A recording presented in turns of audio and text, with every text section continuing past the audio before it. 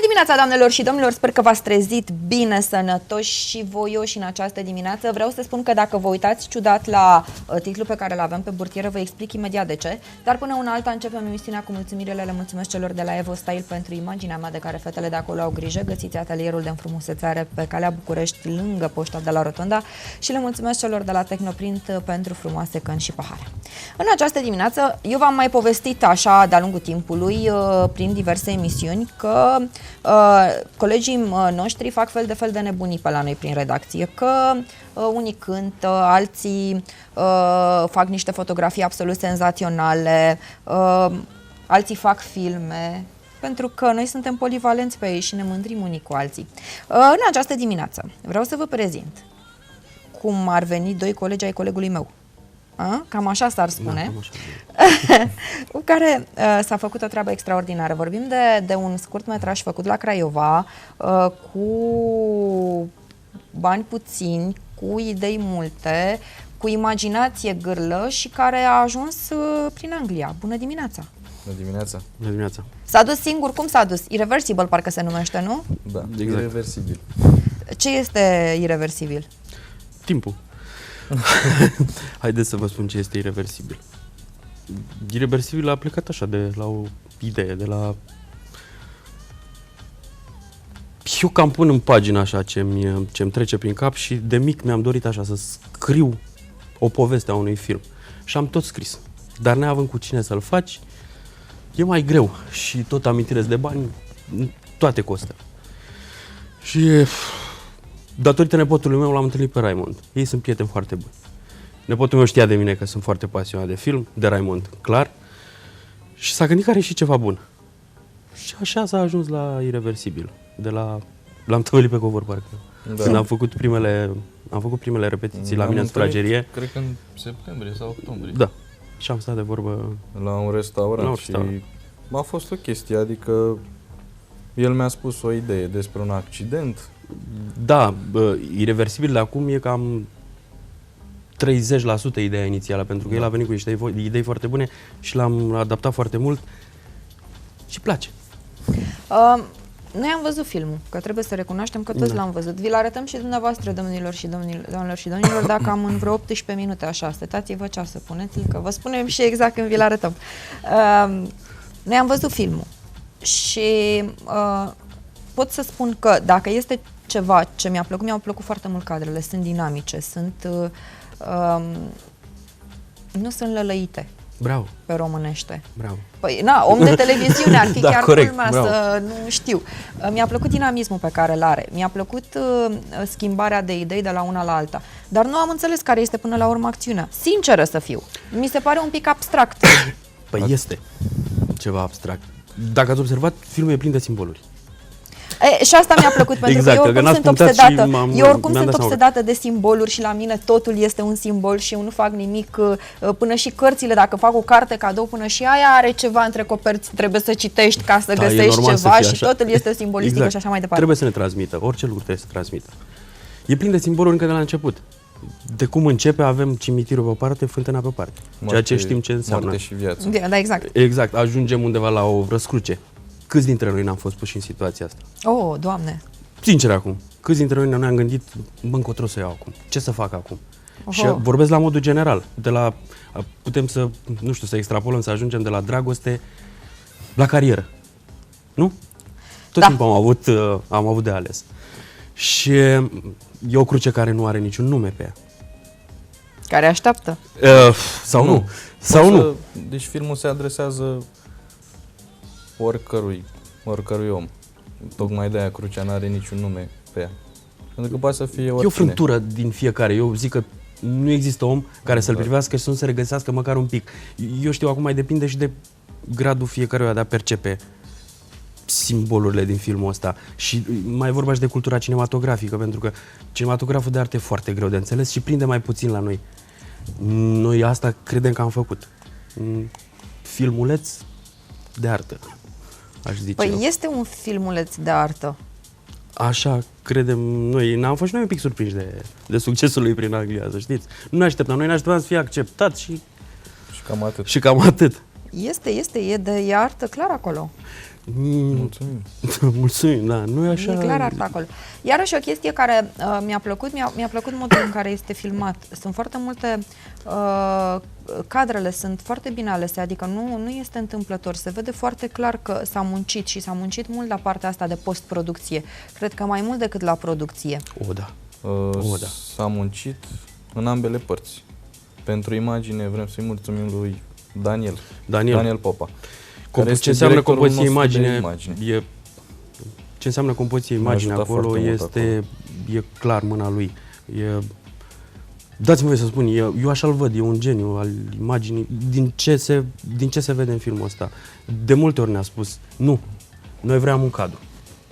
Și am spus, măi, așa avem trecut, așa am discutat, ăsta e storyboard-ul, hai să facem asta. Nu, omul ăsta venea și spunea clar, băi, Planetă, Caldeș, mă rog, asta e proiect la...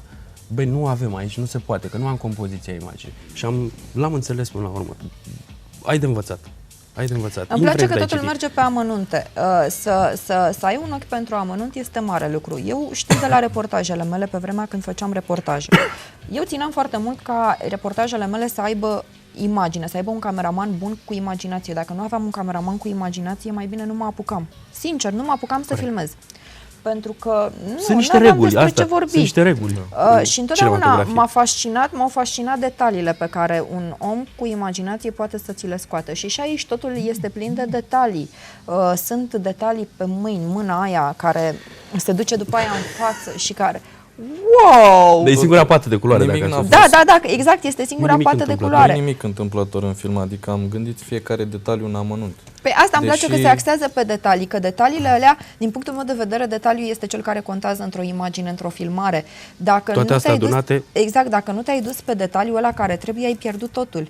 Nu, asta fac esențialul. Zici tu. Deci, detaliile toate adunate te duc la esențial, pentru că dacă scăpăm asta din vedere, devine ceva superficial. Și unii oameni care au văzut filmul au tratat cu superficialitate sau poate, nu știu, n-au fost destul de atenți. Nu, și au crezut că e ceva foarte simplu, adică l-ați plimbat pe ăla cu mașina și l-ați omorât. Da, plimbați pe unul. Am avut și reacții de genul ăsta și trebuie să vorbim de ele. A fost în felul următor. Noi am vrut să facem ceva, nu să se adreseze maselor, să adreseze unui public, conăsătorilor. Exact. A fost cu target făcut, ca să zicem așa.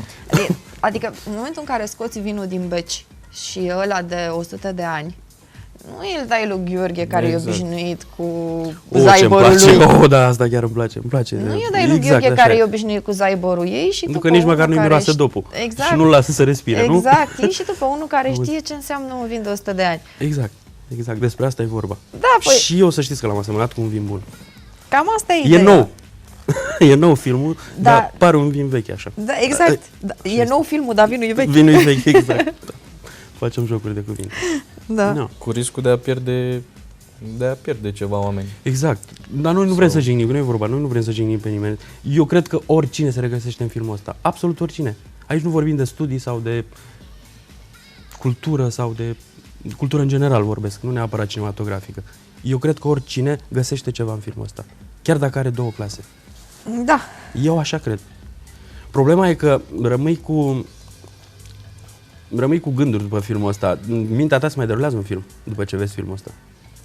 Da, n-are un final, fiecare își face finalul lui așa, dacă ați observat. Noi am vrut să facem de fapt un lungmetraj, dar neavând bani necesari, așa, am vrut să facem un scurtmetraj și în mintea fiecăruia se devine un lungmetraj. Exact. Lungmetrajul, bucata cealaltă e mintea fiecăruia. Exact. Asta este.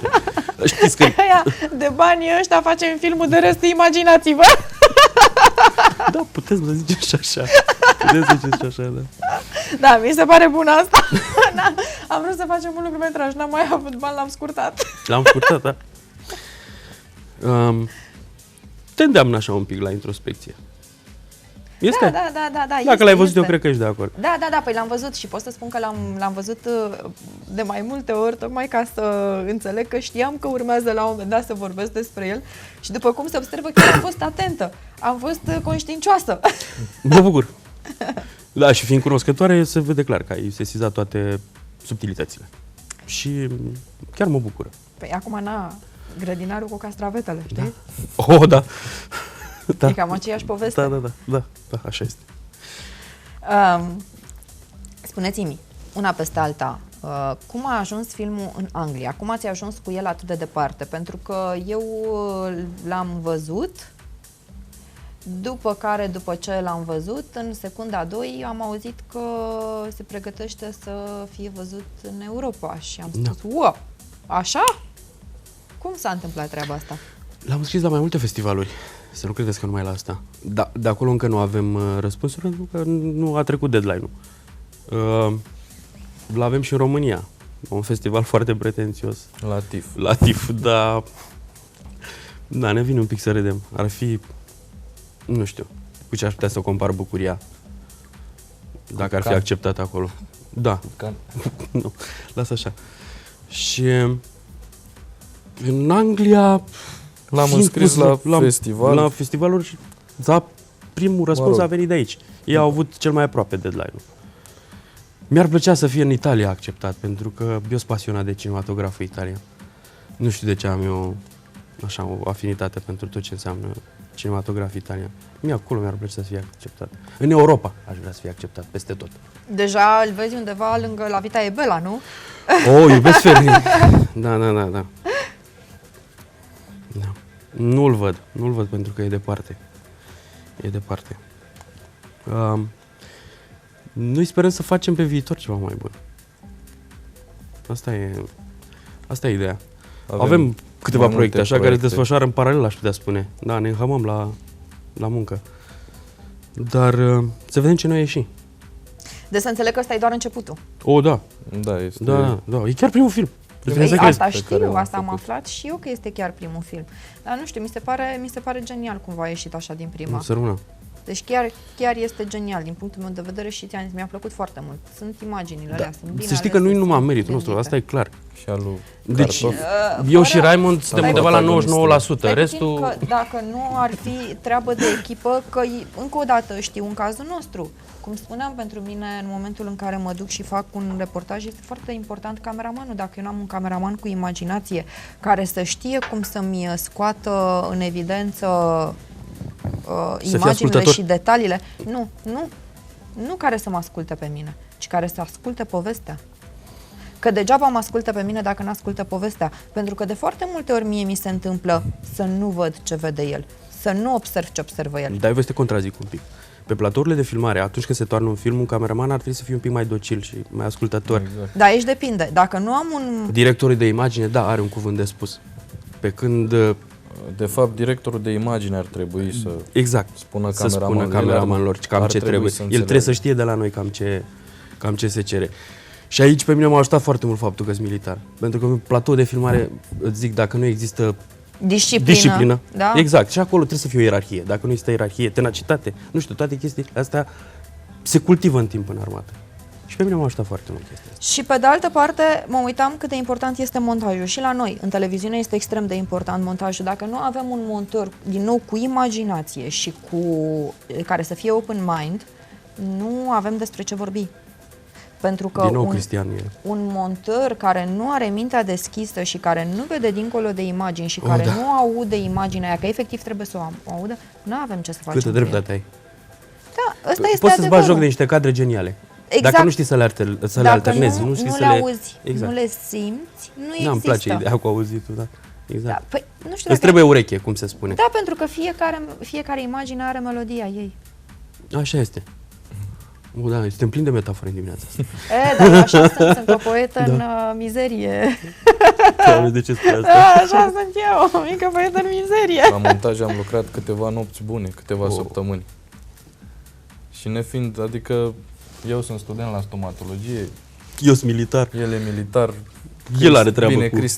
Cristi are treabă, să zicem așa, cu ce înseamnă... Ne-am chinuit, dar am și învățat foarte multe pe parcursul. Contează foarte mult să studiezi în particular. Pe tot parcursul filmului. Nu e așa simplu, nu te trezești, mamă, eu mâine fac un film. Nu e așa. Nu e așa.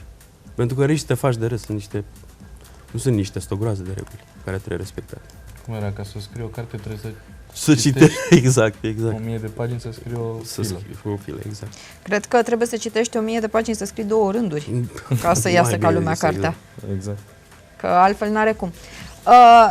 A fost o muncă de echipă, asta se vede foarte clar. O muncă de echipă a fost și în momentul în care ați decis să trimiteți filmul la diverse festivaluri. TIFF-ul este cel care vă încântă pe voi, dar pe de altă parte mai există, mai este Sfântul Gheorghe, ea e anonimul de la Sfântul Gheorghe, mai sunt și alte festivaluri în România Unica. care... Da. Exact. Alte festivaluri în România, festivaluri de film care pot spune câte ceva. Doamne, cât îmi place emisiunea din această dimineață, pentru că sunt exact acolo unde știu. Da, suntem toți acolo, suntem unde toți știi tu. acolo, da. Așa. V-ați gândit în cazul în care nu sunteți acceptați în România, ci numai în străinătate? Cam cât de crunt ar fi chestia asta? Cam cât de... Nu ar Am putea avea prejudecăți vis-a-vis de chestia asta. Ia, Iurea, adică te apreciază în Anglia și la tine acasă, dar nu știu ce să zic, deocamdată nu trebuie să vorbim. Nu zicem hop până nu sărim gardul, să vedem un pic. Dar TIFF-ul cred că este un... Și juriul de la... E cam mult. Dacă te duci în Anglia, juriul a văzut altă cinematografie. Acolo se practică altă E o chestie de viziune, cinematografie. e chestia de open mind. Noi la așa, pe festival am văzut aproape numai filme de comedie. Oamenilor le place să râdă, să se distreze. Al nostru a fost cel mai controversat, dar apreciat pentru că a fost foarte dens, iar cineva, o doamnă numită Monica Walker, a spus că în ultimii ani acolo, a venit în ultimii ani de fiecare dată și a spus că niciodată n-a văzut un film atât de complex și care pune accentul pe trăirile interioare. De obicei acolo erau niște filme simpluțe, de la cap până la coadă avea un fir epic simplu și cam atât. Am înțeles. I-a bulversat puțin. Cum au privit? Că această doamnă a privit așa, dar cum au privit restul acest film? Cum a fost el privit? A fost aplaudat, n-ați văzut? A fost aplaudat. Văzut, Dar la modul sincer ăla să fiu. frenetic așa, ori noi suntem subiectivi, chiar Cred a fost că cel mai bine, aplaudat. cel mai bine s-a văzut când am ieșit afară. Era lunch break, pauza de prânz și m-am așezat la o măsuță să mănânc. Și peste tot, mă rog, au fost 4 screening-uri, a câte 8 filme în finală. Iar după screening-ul nostru, exact la pauza cea mare și eram la masă și peste tot se auzea irreversibil. Am auzit și din Craiova. Și, mă rog, unii aveau o idee despre film, alții altă idee. Asta e. Unii Și spuneau că ideea. nu l-au înțeles deloc, alții că l-au înțeles, alții se contraziceau, unul credea că el are dreptate și alt credea că el are dreptate. Cu cât Se naște dezbăteau. mai multe controverse, cu Asta voiam atât eu să spun. Asta voiam să spun. Dacă naște controverse, înseamnă că e ok, înseamnă e că e ceva. bun. Da, E ceva. exact. Tu zici exact. ok, eu zic ceva, e ceva. Exact. Cu cât ești mai controversat, cu atât Mai ești... discutat, mai- Da, acolo, Da, cu și atât e latura mai asta. bine. Și la un moment dat, cineva a spus, uite aici e regizorul de la Irreversibil. Și au venit unul câte unul la masă, până la urmă s-au strâns în jurul mesei și toți erau entuziasmați și ne puneau o grămadă de întrebări. A stârnit ceva agitație și ne-a bucurat chestia asta, pentru că de la început am vrut să facem un film, să nu, de obicei în lumea de astăzi, nu știu, îți cam dă mură în gură, așa cum se zice, un film. Îți Pentru că spune voi n-ați totul. avut bani, ați... jumătate plătim noi, jumătate vă imaginați voi. Dăm voie, stai un pic, nu, lasă, dăm voie. Mi-a plăcut Cinemaul foarte ăsta, tare asta. așa a apărut cinemaul de artă, ascultă-mă. Nu, da, așa a apărut. Da, Noi n-aveam banii americanilor, ăștia din Europa la vremea aia și făceam cinema de artă. Da. Și ei aveau, americanii știm ce cinematograf au până să vină mari regizori din Europa la ei. Așa că eu știu că ideal e să-i dai lui Bertolucci foarte mulți bani. Eu zic să vedem film. Și eu zic la fel. Haideți să vedem filmul și revenim imediat după publicitate.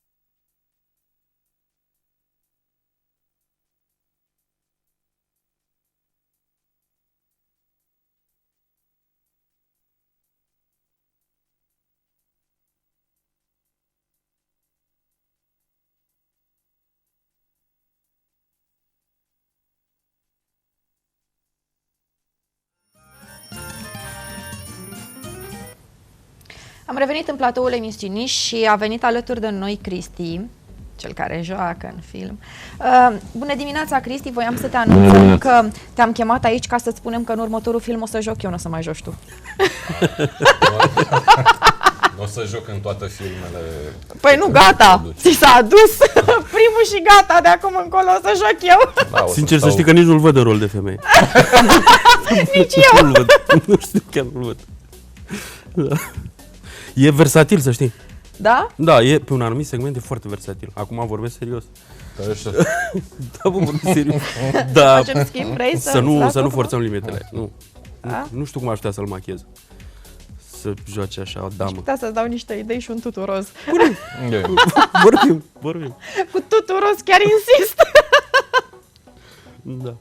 Cum a fost să joci în povestea asta? Bănuiesc că nu e simplu totuși să te transformi din cameraman, din om din spatele camerei, în om în fața camerei, în actor, în toată nebunia asta. N-a fost ușor. Când au venit la mine Cornel și cu Raimond, mi-au povestit scenariul filmului. Am analizat puțin și am decis că aș putea chiar să mă confund puțin cu personajul. Noi am decis. Voi ați decis, dar eu mi-am dat Mă glumesc. ok. Eu au spus că mă potrivesc foarte bine în rol, am trăsăturile necesare și am zis, hai să o fac și pe asta. Da, mă, chiar ai carismă. A fost poate puțin dificil de ce sunt eu în persoana din realitate, dar din ce s-a văzut... N-am ajutat să se transpună așa din... Pentru că există o perioadă de acomodare cu personajul și el a citit scenariul și repet, e un tip versatil și a intrat destul de ușor în rol. Se lucrează ușor cu el. Ușor cu el, da. Chiar se lucrează ușor cu el. A fost frumos, a fost frumos. Chiar m-am transpus în rol. Da, și eu știu despre ce vorbești. Te-ai transpus. Da. A trebuit să-l obosim la modul propriu. Nu vorbesc foarte serios. Chiar l-am obosit la modul propriu ca să poată să fie cât mai real la Golgota, la urcatul dealului, acolo unde e o scenă destul de lungă, dar noi am ținut să o lăsăm toată. Pentru că are o încărcătură emoțională mare. Cât de mult a reușit să vă enerveze? Pentru că bănuiesc că din fața camerei dădea indicații despre cum să se filmeze. Pentru că e obișnuința. Să știi că a fost destul de... S-a mulat. Am fost și că poți, am fost trebuia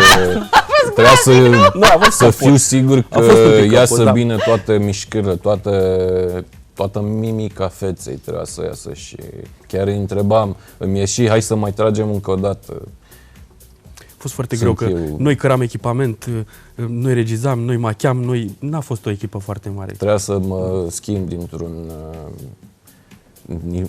costum în celălalt. Exact. Oricum am început cu sfârșitul filmului. Da, nu s-a filmat cronologic.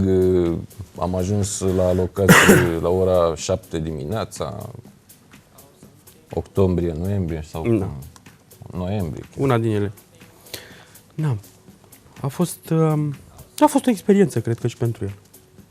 Și sper să-l ajute. El nu era la prima încercare de genul ăsta, pentru că nu poți să spui că iei un om de pe stradă și îl joacă un rol într-un filmuleț. A apărut într-un film. Da. Ce proiecte de viitor? Că, deci fii atent, mi se spune în cască. Zi de proiecte de viitor. Zi de proiecte de viitor. Zi de proiecte de viitor. Da, proiecte de proiecte de viitor. Hai să zic. La momentul ăsta sunt mai multe în paralel așa.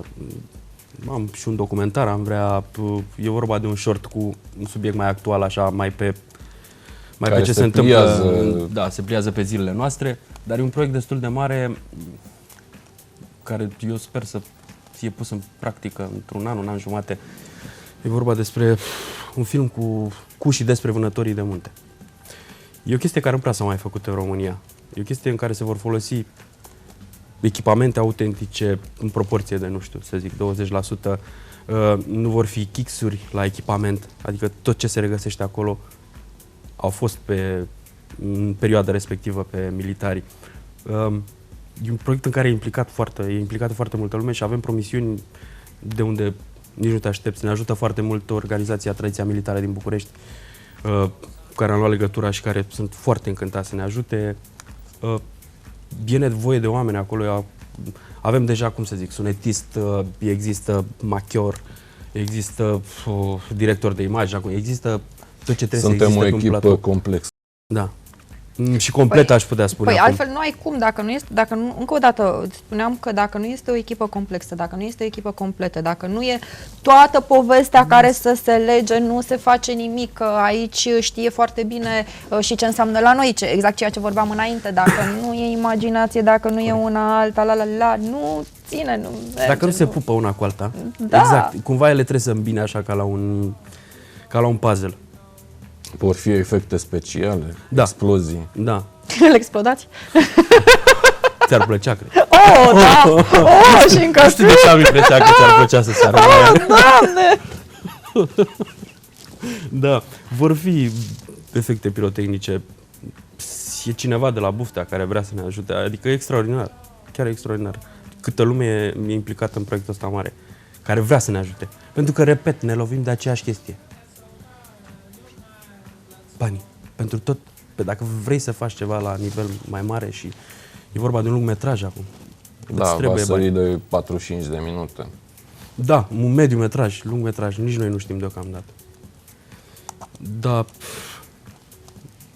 sigur o să ne chem după filmul ăla. Iar, Păi cu cea mai mare plăcere, adică... serios, o să fie foarte mișto. Eu zic că platoul vă e deschis. Sau poate orice mergem vreți. împreună la Cannes, cine știe. Asta, mai degrabă aș merge pe ideea asta. Glumesc. Acum chiar trebuie să ne păstrăm așa un pic picioarele pe pământ. Dar îți dă aripi, o chestie de genul ăsta, care am făcut-o acum, îți dă aripi. Adică simți că poți să faci ceva, că ești apreciat. Pentru că până nu te apreciază cineva de specialitate, degeaba zici tu, bă, am făcut o chestie bună, eu știu că ești subiectiv. Vine cineva din afară care nu are treabă cu televiziunea, ce bă, da, e mișto sau... Atunci încep să prinzi încredere și asta înseamnă, de fapt, Acum să am impresionezi. primit feedback pozitiv și din partea multor oameni de teatru, de film. Am primit de la regizori sau cel puțin absolvenți de un ATC. Da, da, până la urmă, faptul că ai fost, nu știu, apreciat la modul ăla prin Anglia și toate astea, cum spui și tu, de că ți-au scris actori și regizori de aici din țară, toate astea se adună și exact despre ce vorbeam. Stă încredere în tine așa, te face să crezi că poți mai mult. Că de fapt despre asta e vorba. Am înțeles că acum mai v-ați înscris și pe IMDb, putem să vă votăm, putem să vă ajutăm să... Suntem listați pe IMDb. Da.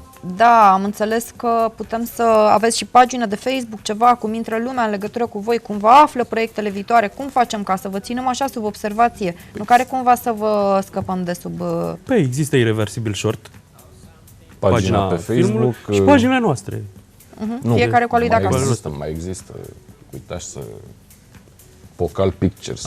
De Pocal Pictures, da, e casa de producție. Așa se numește casa de producție? Da. Am înțeles. Încercăm să devenim persoană juridică. Păi există tot felul de variante, de la întreprindere dintre aia individuală, care este probabil cea mai ieftină și cea mai bună, până la firmă ca atare. Astea sunt chestii tehnice până la urmă, dar te lovești și de astea. Fundații și așa mai departe. Știi și tu că te lovești de chestiile astea, dar avem cine să ocupe de treaba asta. Noi ne concentrăm mai mult pe artă, aș putea spune. Pe partea tehnică. Na, tu. Eu. Tu ar putea să joci ea. Cine știe, că te cunosc de mult. Da. Faceți casting, chestii de genul ăsta? Da. Da. Trebuie pentru la filmul ăsta de care ziceam mai înainte, legat de vânătorii de munte, trebuie, pentru că sunt tipologii. Se studiază Vor fi foarte dialoguri. multă fotografie. Acum da. deja vom face film cu dialog, unde oricât aș transmite eu din punct de vedere facial, în momentul când ai un film cu dialog, chiar îți trebuie oameni cu pregătirea necesară. Exact, și e mult mai greu. E mult mai greu. La dialog intervin alte și Ne-am alte. și gândit la anumiți oameni. Da, în vizor îți dai seama că avem oameni, da. Am vorbit cu ei, să mai și sunt de acord să vină să participe. Au vorbit cu Marcel Iureș, cu, Am făcut poze cu Marcel. cu Maia Morgenstein, adică vreo câteva, Da, cu Marcel Iureș chiar am vorbit. câteva nulități dintre astea care să Doamne. joace în film. Ăștia-s monștri, ce vorbim aici. O să mai vină Brad Pitt la un moment dat însoțit de Angelina Jolie, dar Să vină, așa în dar trecere. Dar fă să el să rămână, intră decât Angelina. eu Pe băi, trimiteți-l la mine, zic eu. Mă sacrific eu. Înțeles. Da, e greu și să știi că e și greu să lucrezi cu actori consacrați, mă gândesc, nu știu, cu oameni cu pregătire. Cred că e destul de greu să lucrezi. Simplu că- cu siguranță nu este, pentru că oamenii... Știi și tu ce vorbesc. Eu știu, eu am de exemplu, o actriță, e actriță mare în Craiova și colegii mei știu povestea, pe care sunt jurată că nu o să o invit în viața mea în emisiunea asta. Păi, Pentru că dacă va veni în emisiunea asta, mă va enerva înainte de emisiune, de probabil nu o să pot să intru în direct. Are prost obicei la orice, deci încă o dată nu-i spun numele, dar are prost obicei la fiecare, peste tot pe unde se duce, mai întâi să se certe cu toată lumea și după aia să intre, să aibă pretenția să o lauzi. Înțelegi? Da. înțeles. După ce de-alea. Dar e puțin Și am ciudat dacă zis, e mare, dacă e E mare, cunoscută. crede-mă. De obicei, Laudele vin de la sine, nu? Deci, crede-mă, este dita mai monstru sacru, vorba aia, știi? Dar eu nu pot să fac treaba asta, să o aduc, pentru că mi-e teamă că dacă începe înainte de emisiune, eu, când începe emisiunea... cunoaștem cazurile și cu Aha, alții exact. actori. Asta Deci e. eu o să intru probabil în Dați emisiune din cu casă această acum. femeie Da. pe canapea strângând-o de gât. Și știi că ar fi o imagine interesantă. Ar fi o imagine interesantă. Să știi. Asta sunt. Au ajuns la un statut care... Să știi că artiștii în general așa au gonghițe. Oamenii ăștia din teatru au, dar nu poți să le contești talentul la... Eu vorbesc, acum vorbesc în cazul meu. Și de asta zic, e foarte greu. Trebuie să mai și asculți de oamenii care au talent în cinematografie sau în teatru, pentru că oricând poți să auzi ceva nou, ceva bun.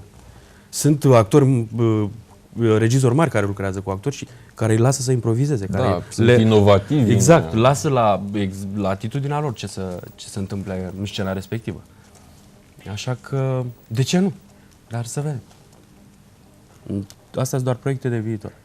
Doar proiecte de viitor, adică doar așa treacă de la noi. Nu asta am vrut să spun. Nu asta am vrut să spun. E mult de muncă până acolo. Trebuie studiat foarte mult, trebuie văzute mii de fotografii, pentru că trebuie să fie ceva Locații, autentic, în trebuie găsită primul locație.